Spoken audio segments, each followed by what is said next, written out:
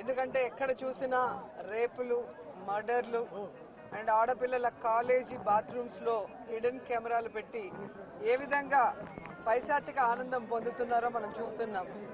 ఈరోజు నేరస్తులకు ఇంత ధైర్యం వచ్చింది అంటే దానికి ఈ ప్రభుత్వం సిగ్గుపడాలి.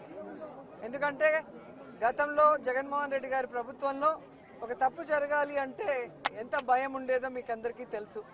సో ఎవరైనా కూడా దిశ యాప్ని యూజ్ చేయకుండా ఏదైనా అఘాయిత్యానికి అమ్మాయి లోబడితే 24 గంటల లోపల నేరస్తుల్ని అరెస్ట్ చేసి వారిని శిక్షించే విధంగా చట్టాలని కఠినతరం చేశారు. కాబట్టి ఆ రోజుల్లో ముచ్చుమరి లాంటి ఘటనలు జరగటం అనేది మనం చూసుండం.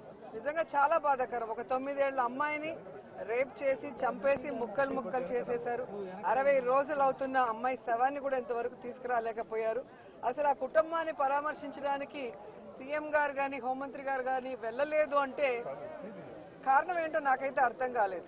ఎందుకంటే మదనపల్లిలో ఫైల్స్ దగ్ధమయ్యాయి అనగానే డీజీపీ గారిని స్పెషల్ ఫ్లైట్ లో పంపించిన వాళ్ళు ఎందుకు ముచ్చుమరికి స్పెషల్ ఫ్లైట్ లో డీజీపీ గారిని కానీ లేదా సంబంధిత మంత్రి గారిని ఎందుకు పంపించలేదు నాకు అర్థం కాలేదు.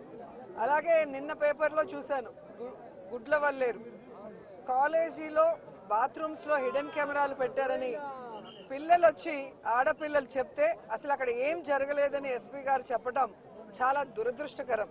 ఈరోజు 300 మంది పిల్లలు ఈరోజు న్యాయం కావాలంటూ ధర్నా చేస్తుంటే ఇప్పుడు విచారణ చేస్తామని దిగిరావటం అనేది మేమంతా కూడా గమనించాల్సిన విషయం.